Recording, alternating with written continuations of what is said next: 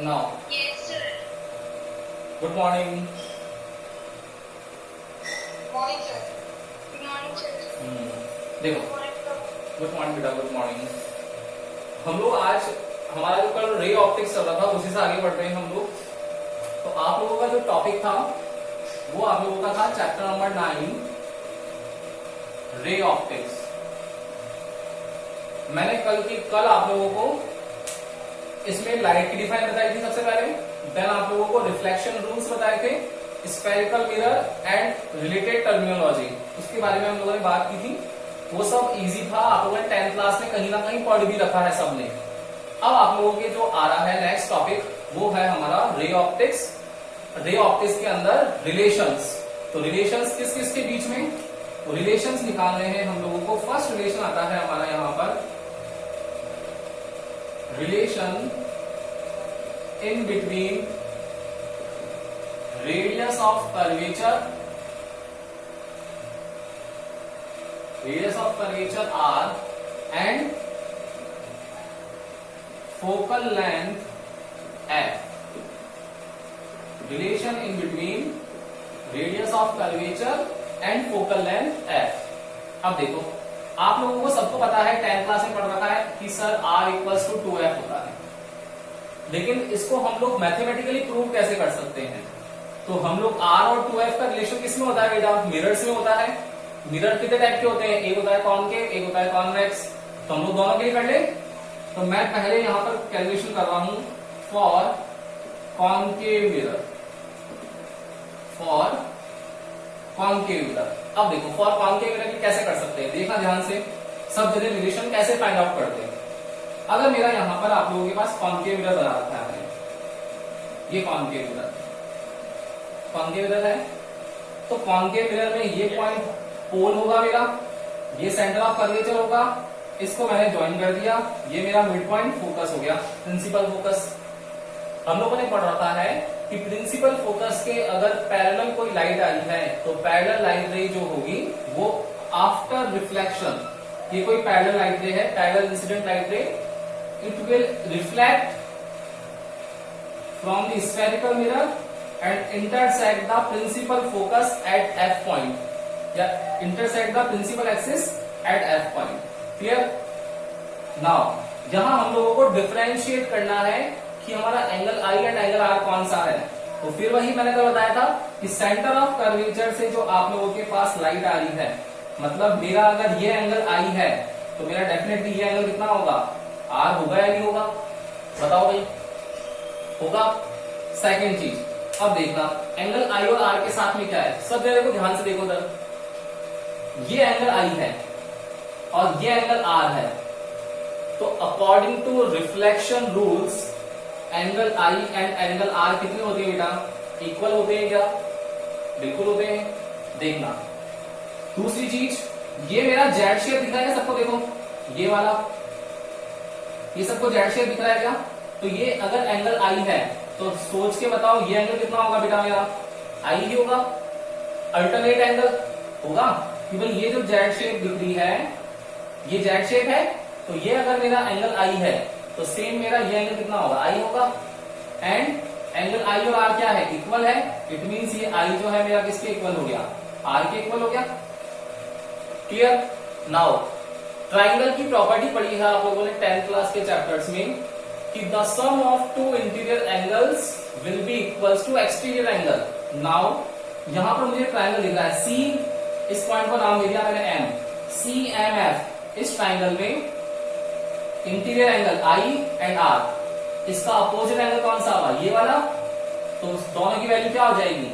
I और I, R दोनों की वैल्यू, अगर 2I लिख दो या 2R लिख दो, कुछ भी लिख दो, मैंने 2R लिख दिया। तो आप लोग बोलोगे सर I के रिस्पेक्ट में लिखो, तो ये I है, ये I है, तो ये भी I हो गया मेरा, तो मैं इसको 2I लिख सकता हूं, कोई फर्क ही नहीं पड़ेगा ना भाई। 2I और 2R तो सेम ही होगा क्योंकि I और R सेम है, I और R सेम है मेरा। अब देखना, अब मेरे पास वैल्यूज क्या आ गई कि M और P के लिए ट्राइंगल ड्रॉ करो। तो M और P के लिए देखो कि यहां पर ये कर्वेचर है, अगर मैं यहां से परपेंडिकुलर ड्रॉ कर दूं, ये परपेंडिकुलर ड्रॉ कर दूं, इस पॉइंट को देखो नाम M, तो बताओ F M P almost equal होगा एफ एम एन के। होगा या नहीं होगा? बोलो, होगा ना? सेकंड चीज, Yes, sir. सेकंड चीज, centre of curvature and pole के बीच में कोई डिस्टेंस देखी थी हम लोगों ने, आर होती है, एंड फोकस एंड पोल के बीच में डिस्टेंस एफ होती है। पोल्स के लेफ्ट हैंड साइड में है तो सारी जो वैल्यूज होगी वो हम लोगों को माइनस लेनी पड़ेगी। ये माइनस ले लिया आप लोगों ने।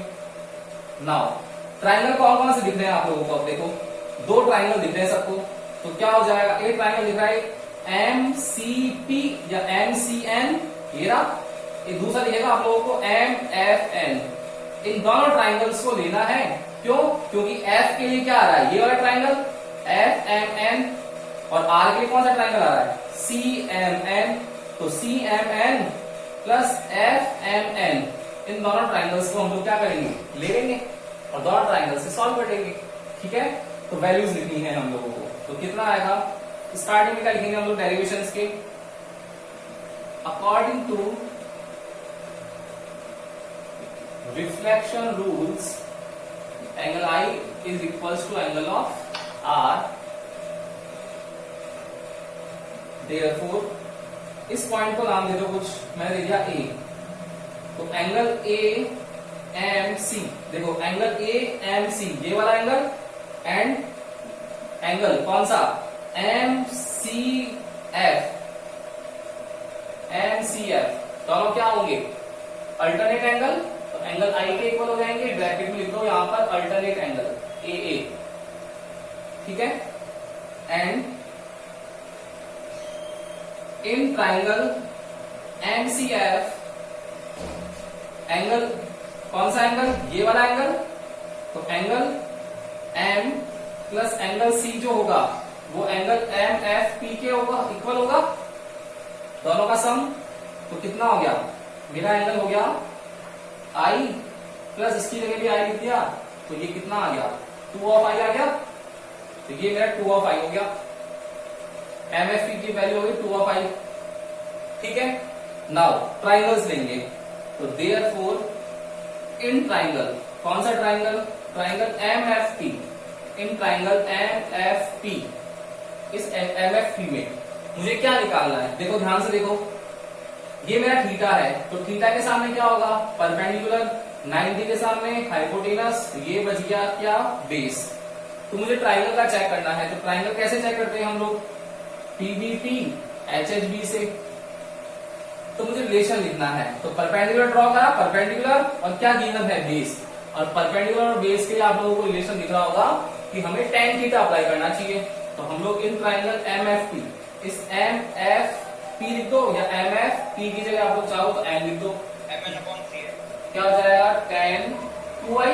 इस tan 2i की वैल्यू जाएगी MN/FN। यही होगा। आगे लिख दो। तो MN पता नहीं है लेकिन FN पता है। FN कितना है? -F। तो tan 2i आ गया मेरा MN/-F। Now again in triangle, कौन सा triangle? CMN। In triangle CMN, इस वाले ट्राइंगल बाहर CMN में क्या होगा? सम ऑफ इंटीरियर एंगल्स, फिर वही एक्सटीरियर एंगल के इक्वल है। तो ये देखो MCN, ये आप लोगों के पास में फिर एक दिख रहा है राइट एंगल ट्राइंगल। तो एंगल I के सामने कितना एंगल है? ये वाला परपेंडिकुलर, और रिमेनिंग क्या बच गया? बेस। फिर लगा देंगे हम लोग, तो कितना आएगा?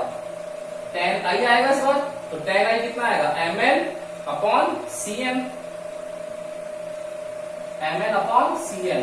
MN/CN की वैल्यू कितनी हो जाएगी? -R। बोलो, आ गया -R? कोई दिक्कत इसमें नहीं है? नो। No sir. अब देखो,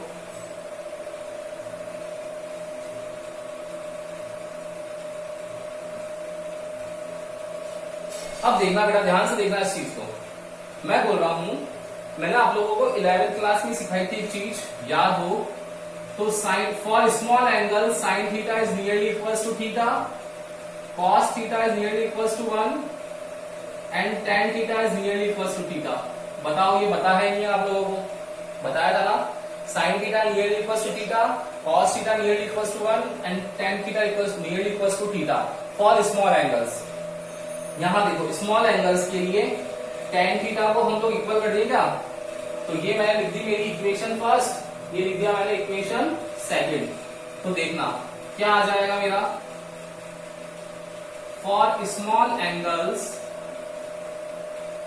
tan theta nearly equal theta, it means tan 2i जो होगा नियरली इक्वल 2i के होगा, एंड tan i जो है नियरली इक्वल i के होगा। तो कितना आएगा tan 2i। तो फ्रॉम इक्वेशन फर्स्ट कितना आ जाएगा, tan 2i nearly equal to 2i, ये 2i इक्वल्स टू वैल्यू कितनी है mn over minus f, and from equation second tan i nearly equal to i है, तो ये i इक्वल टू कितना आ गया mn अपॉन माइनस r। मैं यहां से i की वैल्यू यहां पुट कर दूं क्या, तो कितना आ जाएगा, देयरफॉर टू i की value mn over minus r equals to mn over minus f। Minus से माइनस कैंसिल आउट हो जाएगा, mn से mn कट जाएगा, तो 2 over r equals to 1 over f आ गया।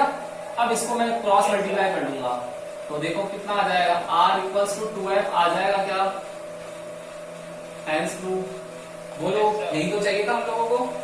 तो क्या किया, ध्यान से देखो सबने वापस, भाई आप लोगों को माइंड में बिठा के रखना है कि हम लोगों को r और 2f में रिलेशन चाहिए तो ट्राइंगल्स लेने पड़ेंगे। ट्राइंगल्स में क्या होगा कि एक ट्राइंगल है आप लोगों के पास CMP, और एक ट्राइंगल होगा FNP वाला MFN। इन दोनों के अंदर क्या फर्क आने वाला है कि दोनों के अंदर फर्क क्या आएगा कि CMN जो है उस ट्राइंगल के अंदर सम ऑफ ट्राइंगल का सम इंटीरियर एंगल्स का एक्सटीरियर एंगल के इक्वल है, तो इस R और इस I का सम I के 2i के इक्वल आएगा। तो दोनों में परपेंडिकुलर कॉमन है दोनों ट्राइंगल में, और बेस गिवन है, तो परपेंडिकुलर और बेस के लिए हम लोग tan थीटा अप्लाई करेंगे। दोनों को वैल्यूज लिखी, सॉल्व कर लिया, तो ये पूरा आ गया। बोलो आ गया क्या इजी समझ में? यस सर आ गया। इसका एक बार स्क्रीनशॉट ले लो। फिर अब हम लोग ये था कॉनकेव मिरर के लिए, अब करेंगे नेक्स्ट कॉन्वेक्स मिरर के लिए। फटाफट से एक बार स्क्रीनशॉट ले लो बेटा, फटाफट।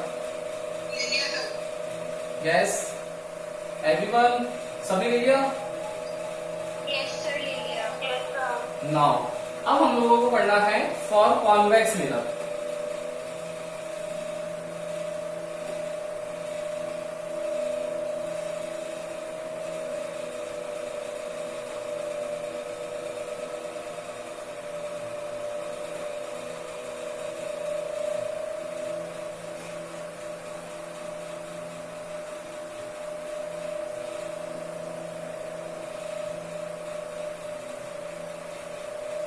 अब देखना बेटा, सेकंड मैंने ले लिया फॉर कॉन्वेक्स मिरर। अब देखो कॉन्वेक्स मिरर ड्रॉ करेंगे, तो कॉन्वेक्स मिरर की रिफ्लेक्टिंग सरफेस जो है उसमें इनर साइड पॉलिश होता है, ये इनर साइड पॉलिश है, ये इसका पोल है। सेंटर ऑफ कर्वेचर क्या होगा, इस स्फेरिकल मिरर का पार्ट है तो सेंटर किस तरफ होगा, इस तरफ ही होगा। लेकिन हम लोग क्या करते हैं, सेंटर इसका इस तरफ लेते हैं, क्यों, क्योंकि रिफ्लेक्टिंग सरफेस इस तरफ है, तो ये हम लोग इसको C डैश लिख देंगे, ठीक है ना। रिफ्लेक्शन इस तरफ से ही होगा, लेकिन उसका जो इमेज फॉर्मेशन होगा वो इमेजिनरी है, तो वो यहां पर होगा पॉलिश साइड की तरफ। क्यों, क्योंकि इस स्फेरिकल मिरर का पार्ट क्या है, स्क्वायर कंप्लीट करो तो सेंटर इस तरफ ही आएगा इसका, ठीक है। अब देखना फिर वही इमेज फॉर्मेशन रूल्स कि व्हेन ए लाइट रे is incident on the reflecting surface which is parallel to principal axis, then after reflection क्या होगा। अब देखो इसकी सरफेस वहां तो क्या था, ऐसा था, तो यहां से रिफ्लेक्शन वाला सरफेस की वजह से क्या हुआ, अंदर आ गया, आया ना। लेकिन यहां देखो सरफेस बाहर की तरफ जा रही है, तो अब मेरा ये जो होगा वो कहां चला जाएगा बेटा, बाहर की ओर चला जाएगा, तो रिफ्लेक्ट होगी यहां चली गई। क्या करना पड़ेगा मुझे, I और R में डिफरेंशिएट करना पड़ेगा। तो मैंने क्या करा, एक यहां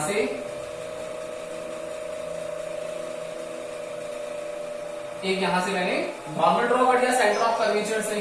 तो नाउ इंसिडेंट एंगल मेरा कितना आ गया I, रिफ्लेक्टेड एंगल कितना आ गया मेरा R। बोलो कोई दिक्कत है इसमें किसी को, है क्या, नहीं है ना। अब देखो ट्राइंगल चाहिए मुझे, इस पॉइंट M से मैं क्या करूंगा, एक यहां से परपेंडिकुलर ड्रॉ करूंगा, ये परपेंडिकुलर जो है मेरा N हो गया। तो कौन कौन से ट्राइंगल हो गए, एम एन सी हो गया, हो गया। अब देखो एंगल्स, ध्यान से देखना, एंगल समझना बहुत जरूरी है कॉन्वेक्स में, क्योंकि इमेजिनरी फॉर्मेशन होता है। मैं अगर मेरी इस लाइन को एक्सटेंड कर दूं बेटा, ये कर दिया, और इस लाइन को मैं एक्सटेंड कर दिया मैंने ये वाला, ध्यान से देख करके बताना मुझे कि मेरे ट्राइंगल्स कौन कौन से होंगे। कि मैं अगर इस इमेजिनरी एक्सिस को यहां पर फॉर्म करता हूं, ये देखो, तो मेरी इमेज यहां बनेगी नहीं बनेगी, बताओ भाई। इसकी इमेज जो होगी मुझे यहां दिखेगी नहीं दिखेगी, ऑब्जेक्ट की दिख जाएगी ना। देखो, तो अगर मैं यहां पर ऐसे दो लाइंस हैं, तो ये एंगल और ये एंगल अगर इक्वल होता है, ये एंगल और ये एंगल इक्वल होता है, तो आप लोगों को नॉलेज है कि इन एंगल्स को वर्टिकली अपोजिट एंगल बोलते हो। जैसे वहां अल्टरनेट था, वहां से वैसे यहाँ वर्टिकली अपोजिट है। तो ये मेरा एंगल अगर आई है, तो मुझे कोई बता सकता है कि ये एंगल कितना होगा, मेरा आई होगा, बोलो। सेम ऐसा ये अगर आई है तो ये भी आई है, तो आर और आई क्या होंगे, इक्वल। तो ये देखो आई। अब देखना ध्यान से, ये मेरी सबको जेड शेप दिख रही है, ये वाली, ये सबको जेड शेप दिख रही है। तो अगर बेटा ये आई है, तो मेरा अगेन ये आई होगा, क्या होगा। तो ट्राइंगल देखना, ट्राइंगल एम सी एफ या एम सी आई के अंदर, इस ट्राइंगल के अंदर, इस एम सी आई के अंदर sum of two interior angles i and i will be equals to exterior angle 2i। Clear है। वापस देखो एक बार, मैं वापस बिठा देता हूं सारे, जिनको समझ में नहीं आया वापस देख लेना बेटा एक बार। एंगल समझना जरूरी है।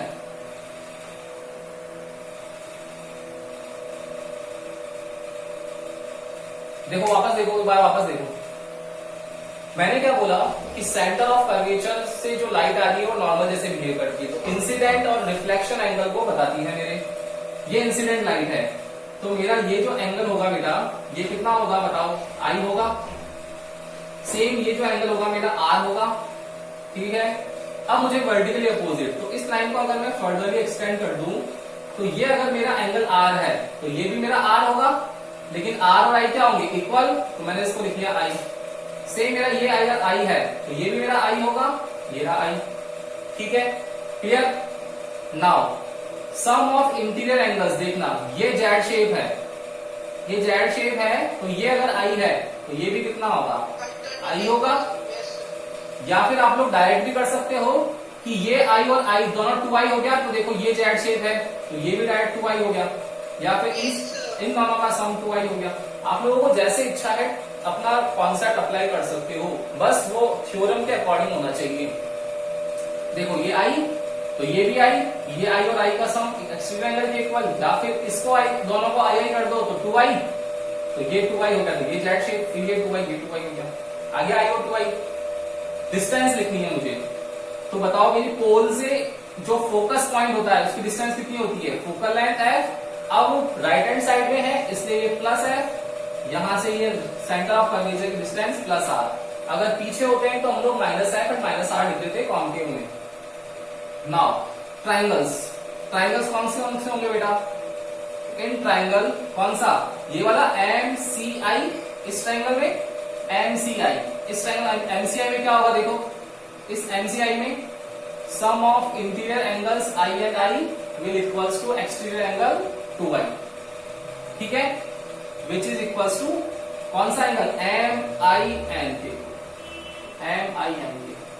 अब ट्राइंगल्स ले लो, कौन से ट्राइंगल्स लेंगे, अगेन इन ट्राइंगल, कौन सा ट्राइंगल दिख रहा है, देखो एम एन सी दिख रहा है क्या आप लोगों को, एम एन सी। इस एम एन सी के अंदर देखना, ये अगर एंगल आई है, तो एंगल आई के सामने ये क्या होगा बेटा मेरा, परपेंडिकुलर, और ये क्या बच जाएगा, बेस। तो परपेंडिकुलर और बेस में रिलेशन फिर लगेगा कौन सा, tan थीटा। यहां एंगल कौन सा गिवन है, tan i। तो tan i कितना हो जाएगा मेरा, p अपॉन b। p कितना है मेरा यहाँ पर, mn, ये mn, और बेस कितना है मेरा, ये वाला बेस। तो बेस कितना होगा, देखो बेस की वैल्यू क्या आएगी, nc। तो mn ओवर nc आ गया, mn over nc। What will be the value of tan i? Say, what will be the value of tan i? mn over nc, तो mn over r। Clear? Now equation first, again in triangle, अब triangle कौन सा लेंगे बेटा? M N I वाला। In triangle M N I tan 2i equals to tan 2i again perpendicular over base, तो mn over ni कितना है मेरा? इस बार है f। इक्वेशन सेकंड, फिर वही मैंने बता रखा आप लोगों को, because tan theta is nearly equals to theta for small angles, therefore Yes, sir. tan 2i को लिख दूंगा मैं यहाँ पर 2i equals to mn over f, and यहां से i को लिख दूंगा मैं i equals to mn over r। तो देखो बेटा i की वैल्यू यहां पुट कर देंगे तो कितना आएगा? ट्वाइस ऑफ i की जगह लिख दिया मैंने mn over r equals to mn over f। इस mn से mn कैंसिल हो गया, तो twice over r equals to 1 over f। We will cross multiply these two term, then r equals to 2f will come. बोलो आगे का कहानी समझ में, गाड़ी पकड़ में आ रही क्या भाई? सबको आ रही गाड़ी पकड़ में? हाँ, जहां भी दिक्कत हो पूछ लेना बेटा, बहुत इजी है। 10th क्लास के सारे कॉन्सेप्ट्स हैं, लेकिन उसको इंप्लीमेंट कर रखा है 12th क्लास में। कैसे हम लोग करते हैं? 10th में आप लोग डायरेक्ट पढ़ते थे r इक्वल्स टू 2f, इसके अलग कुछ नहीं बताते थे आप लोगों को, लेकिन उसका प्रूफ देख लिया आप लोगों ने कि प्रूफ भी होता है। वो प्रूफ कैसे होता है उसको कर लिया हम लोगों ने। बोलो आगे का समझ आगे सबको? Yes, sir. चलो अब हम लोग देखो, ये हो गया r इक्वल्स टू 2f। फिर हम लोगों ने वहां रिलेशन पढ़ा था mirror equation, 1 over f equals to 1 over v plus 1 over u, where f is the focal length, v is the image distance and u is the object distance.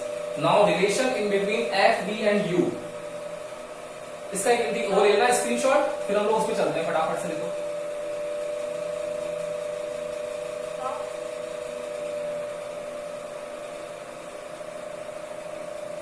ले लिया screenshot?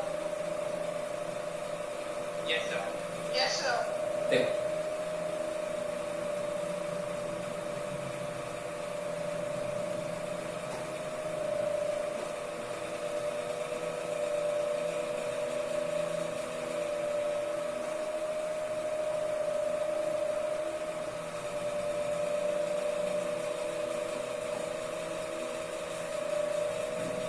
Next है बेटा मेरा topic, ये question आप लोगों के CBSE में पूछा हुआ है। r इक्वल्स टू 2f जो है वो तो रेयरली कभी हम लोगों को ब्लूप्रिंट सेट करना होता तो दे देते हैं, अदरवाइज सीबीएसई के अंदर ये जो क्वेश्चन आ रहा है ये हमेशा पूछते हैं, ऑलमोस्ट 2 to 3 इयर्स में एक बार आ जाता है। देखो तो नेक्स्ट है relation in between focal length f,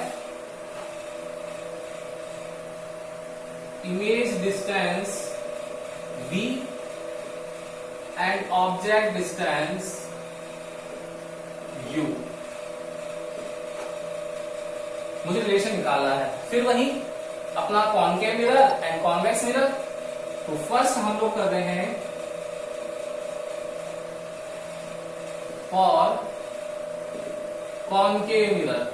now for concave mirror क्या होगा, देखना देखना ध्यान से देखो, ये मेरे पास कॉनकेव मिरर है, ये मैंने ड्रॉ कर लिया।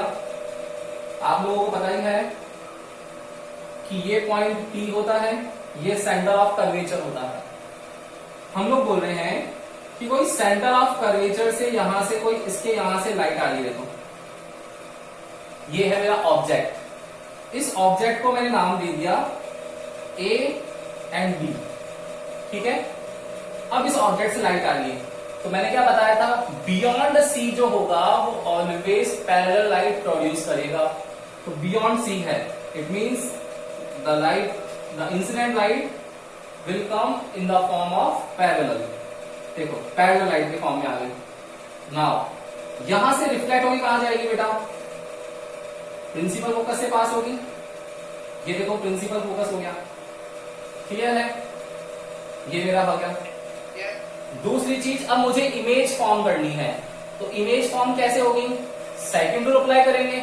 फर्स्ट रूल होता है इमेज फॉर्मेशन का। इमेज फॉर्मेशन रूल्स क्लियर रखना है कि कोई भी एक लाइट प्रिंसिपल एक्सिस के अगर पैरेलल है तो आफ्टर रिफ्लेक्शन फोकस से पास होती है। सेकंड रूल क्या है, इसी का वाइस वर्सा केस, कि अगर कोई इंसिडेंट लाइट प्रिंसिपल फोकस से पास होती है तो आफ्टर रिफ्लेक्शन पैरेलल हो जाती है। ये था ना, पैरेलल तो प्रिंसिपल फोकस से पास होगी फर्स्ट, अगर प्रिंसिपल फोकस से आ रही है तो पैरेलल हो जाएगी, सेकंड रूल।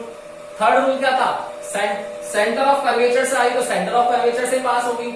और फोर्थ था ऑब्लिक्विली वाला, कि अगर यहां पर ऑब्लिक्विली है तो ऑब्लिक्विली जाएगी, जिस एंगल पे आ रही है उसी पे जाएगी। यही था, देखना सेकंड रूल अप्लाई करते हैं। फोकस से आ रहा है, ये फोकस से लाइट आ रही है, अगर मेरी फोकस से लाइट आ रही है तो बताओ क्या होगा, after reflection it will be parallel to principal axis, ये it will be parallel to principal axis, ये रहा। अब मेरा ये इमेज फॉर्मेशन हो गया, तो इमेज फॉर्मेशन हुआ ए बी, तो बताओ इसका इन्वर्टेड इमेज फॉर्म हुई या नहीं हुई, इन्वर्टेड हुई तो एरो कहां लगा रखा है, बी पर, ये बी ये ए, तो इन्वर्टेड इमेज है तो ऑब्जेक्ट के लिए अगर ए बी है तो इमेज के लिए हमेशा लगा देना चाहिए डैश, तो A B over A dash B dash. बोलो कोई दिक्कत है इसमें, नहीं है ना, A B over A dash B dash. Now देखो अब ट्राइंगल्स कौन कौन से दिख रहे हैं आप लोगों को, और इमेज देखना बेटा, यहां देखो सब जने, ऑब्जेक्ट डिस्टेंस कितनी होगी, इस ऑब्जेक्ट ए बी की डिस्टेंस पोल से, ये डिस्टेंस मेरी यू होगी, क्या होगी, पीछे की तरफ है तो माइनस यू लगा लू, ठीक है। Image A dash B dash के लिए इस पोल से डिस्टेंस कितनी होगी मेरी, वी होगी, पीछे की तरफ जो माइनस लगा लू, माइनस वी, ठीक है, ठीक है। और इस फोकस से इसकी डिस्टेंस कितनी होगी मेरी, पोल की, एफ फोकल लेंथ होती है, और ये भी पीछे की तरफ है लेफ्ट हैंड साइड में, तो माइनस लगा गया, तो minus F minus V and minus U. अब आप लोगों को ट्राइंगल्स कौन कौन से दिख रहे हैं, मोस्ट इंपॉर्टेंट है, इस डेरिवेशन का बेसिक पार्ट है, अगर ये आता है तो आप लोगों को डेरिवेशन समझ में आएगा। देखना बेटा ध्यान से, भाई यहां पर एफ के लिए ट्राइंगल कौन सा दिख रहा है, तो एफ के लिए ट्राइंगल ये दिख रहा है क्या आप लोगों को, अगर मैं यहां से परपेंडिकुलर ड्रॉ कर दूं तो ये मेरा एम है, यहां से परपेंडिकुलर ड्रॉ कर दूं तो ये मेरा एम है, इस पॉइंट को मैंने नाम दे दिया, लाइक कुछ भी नाम दे दो, के दे दिया, ठीक है। तो देखना ट्राइंगल, देखना ध्यान से, इस एफ के लिए ट्राइंगल कौन कौन से दिख रहे हैं बेटा, एक दिख रहा होगा आपको एफ के एन ये वाला, और एक दिख रहा होगा एफ एम के, ये और ये तो दिख रहे हैं एफ के लिए, बताओ दिख रहे हैं। सेकंड ट्राइंगल वी के लिए, वी के लिए कौन कौन से दिख रहे हैं, वी के लिए ट्राइंगल्स मतलब ए डैश बी डैश और एफ, दूसरा दिख रहा होगा आपको एफ एम और के, ये दोनों दिख रहे होंगे। सेम ऐसा यू के लिए, यू के लिए कौन सा दिख रहा होगा, ये वाला, तो ए बी एफ ये और एफ पी एन ये वाला। तो आपको समझ में आ रहा होगा कि ये ट्राइंगल और ये ट्राइंगल, इन दोनों के बीच में सिमिलरिटी लिख सकते हैं, और ये ट्राइंगल और ये ट्राइंगल, इन दोनों के बीच में सिमिलरिटी लिख सकते हैं। तो जब हम लोग ये ट्राइंगल लेंगे, triangle a dash B dash f, इस triangle a dash B dash f, इससे क्या आ जाएगा, वी आ जाएगा, and triangle a B f से क्या आ जाएगा, यू आ जाएगा, और वी और यू का रेशियो किसके साथ लिखना है, एफ के साथ, तो एफ का देखो एक हो गया एफ पी एन, एक हो गया कौन सा एफ एम पी, ये दोनों ट्राइंगल हो गए। तो एक बार इसका रिलेशन इसके साथ, इसका इसके साथ, तो वी और यू का रेशियो एफ के साथ आ जाएगा नहीं आएगा, यस और नो, बोलो भाई, क्लियर है ना सबको। नाउ देखना ट्राइंगल्स, देखना बेटा कैसे होंगे। यहां पर अब आप लोगों के पास है ट्राइंगल ए बी एफ, तो देखो सबसे पहले इन ट्राइंगल ए बी एफ, इस ट्राइंगल ए बी एफ का प्रूव करना है एफ पी एन के साथ, and triangle f p n, इन triangle a B f and triangle f p n, इन दोनों ट्राइंगल्स में मुझे प्रूव करना है। क्या प्रूव करना है, देखो ये ट्राइंगल दोनों ट्राइंगल ले लिए मैंने, मुझे बताओ ये एंगल दिख रहा है क्या बेटा, वर्टिकली अपोजिट, सबको दिख रहा है, तो क्या होगा, फर्स्ट चीज क्या लिखेंगे हम लोग, angle D F A, angle D F A equal होगा किसके, पी एफ एन के, एंगल पी एफ एन के, इसको बोलते हैं क्या, वर्टिकली अपोजिट एंगल। सेकंड दिख रहा है आप लोगों को F A B, F A B, ये 90 डिग्री है तो ये भी 90 डिग्री है, तो triangle angle F A B equal हो गया किसके, ट्राइंगल एफ के एन के, ये हो गया 90 डिग्री। दो एंगल आ गए तो क्या आएगा, therefore by angle similarity criterion triangle ABF is similar to triangle FPN। And जब सिमिलर होते हैं तो रेशोज लिखते हैं, तो रेशो लिखेंगे। नाउ रेशो क्या हो जाएगा, रेशो लिखना है तो AB, इस AB का रेशो किस साथ आएगा, पर देखो एंगल के सामने, इस एंगल के सामने है AB, इस एंगल के सामने है क्या, KN, तो क्या आएगा AB over KN equals to, अब बेस का AF over FK, AF over FK आ गया। इस इक्वेशन फर्स्ट ले लेंगे। अगेन अब V के लिए, तो V के लिए कौन सा ट्राइंगल लिखा है, सेकंड वाला, ये वाला, तो कौन सा आ जाएगा, again in triangle A dash B dash F, A dash B dash F and triangle FMK, triangle FMK। फिर वही दो चीज लिखनी है। देखो फिर आप लोगों को ये वाला एंगल और ये वाला एंगल वर्टिकली अपोजिट दिख रहा होगा, तो क्या हो जाएगा, angle A dash F B dash equals to angle MFK, MFK is equals to vertically opposite angle and second one is 90 degree, तो angle B dash A dash F equals to angle FKM, FKM 90 degree, ठीक है। फिर वही therefore by angle similarity criterion triangle A dash B dash F is similar to triangle FMK। Clear. Now ratios लिखने हैं इसके आगे, तो क्या आएगा इसके बाद, देखो देयरफॉर रेशो इन दोनों ट्राइंगल्स में, इस एंगल के सामने क्या है, A डैश B डैश, इस एंगल के सामने क्या है, KM, तो क्या आ जाएगा, KM over A dash B dash equals to, ये relation FK over A dash F, ठीक है। अब देखो इसको इक्वेशन दे दिया मैंने सेकंड, मुझे इक्वेशन फर्स्ट और सेकंड से क्या लग रहा है कि मेरा यहां पर ये जो MK है ये इक्वल है किसके, AB के, और KM है वो इक्वल है किसके, A डैश B डैश के। तो मुझे रेशो लेके आना है ऑब्जेक्ट और इमेज का, तो मैं ऑब्जेक्ट और इमेज के रिस्पेक्ट में लिख दूंगा।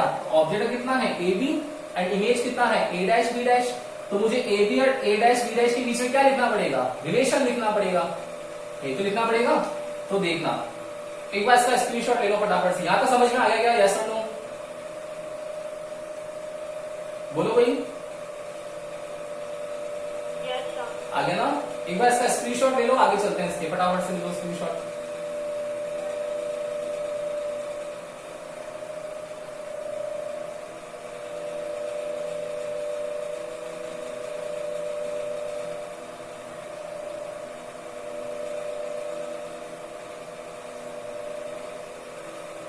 ले लिया,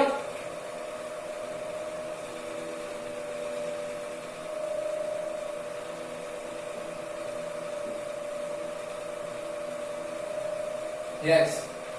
देखो from equation first and two देखना क्या होगा,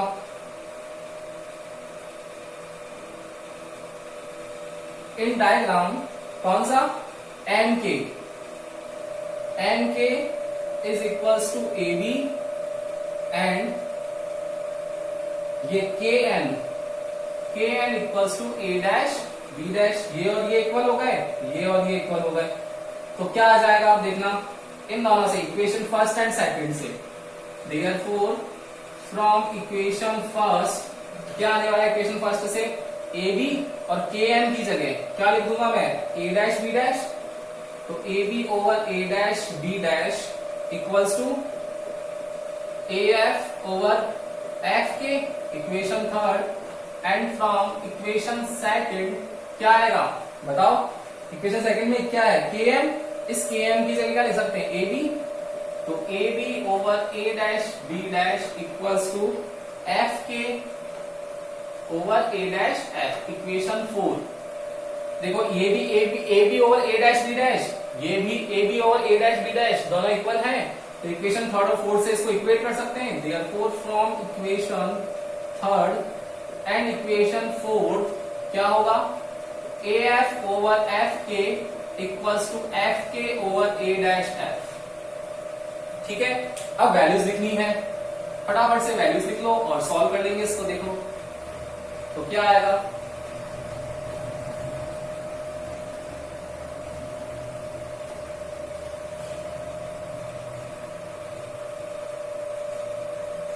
देखो वैल्यूज लिखेंगे तो वैल्यूज में क्या आएगा, ए एफ कितना है बेटा, ए एफ लिखा, ए एफ निकालना है, तो टोटल कितना है, यू है। इस यू में से इसको माइनस कर दूंगा तो ए एफ बच जाएगा ना, तो ए एफ के लिए क्या करना पड़ेगा मुझे, इस ए एफ निकालने के लिए इस ए के में से मुझे के एफ को माइनस करना पड़ेगा।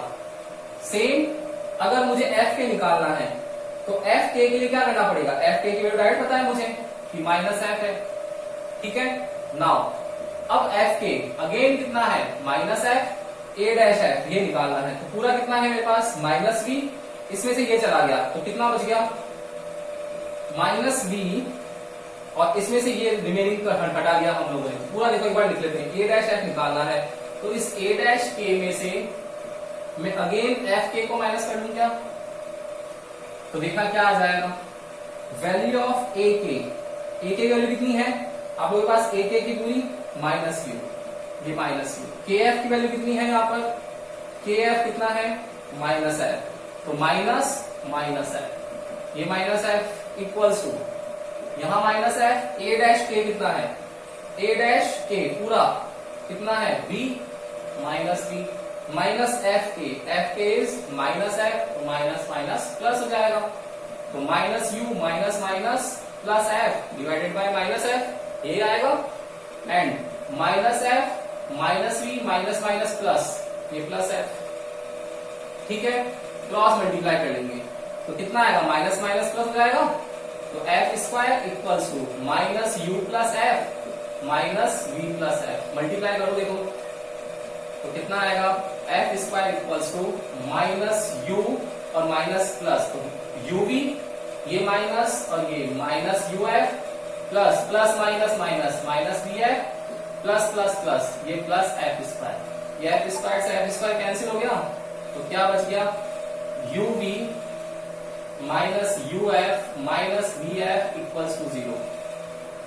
मुझे यहां पर देखो एफ चाहिए तो मैं एफ लाने के लिए क्या करूंगा, यूवीएफ से डिवाइड करूंगा, तो इसको डिवाइड कर देना है यूवीएफ से, तो यूवीएफ से डिवाइड करते कितना आएगा, u v over u v f minus u f over u v f minus v f over u v f equals to 0।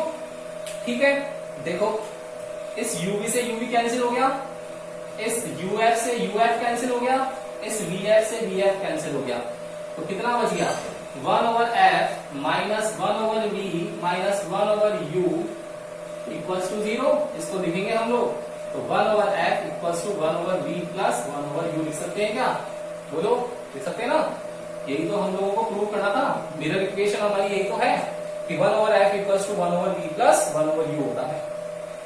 बोलो आगे ना, क्या किया, प्राइमस ले लिए, सिमिलरिटी लिख दी, सिमिलरिटी लिखने के बाद रेशियो लिख करके A B over A dash B dash लेके आना है, याद रखना A B over A dash B dash लेके आना है, उसको लेकर के हम लोगों ने पूरा सॉल्व किया, तो 1 over F equals to 1 over we plus 1 over u आ गया। क्लियर है सबको, तो आप लोग वापस देख लेंगे एक बार यूट्यूब चैनल पे जाना, पूरा वीडियो देखना है आप लोगों को, और वीडियो देख करके आप लोगों को जो भी डाउट्स है सब समझ में आ जाएंगे। इसके आगे हम लोग कल करेंगे।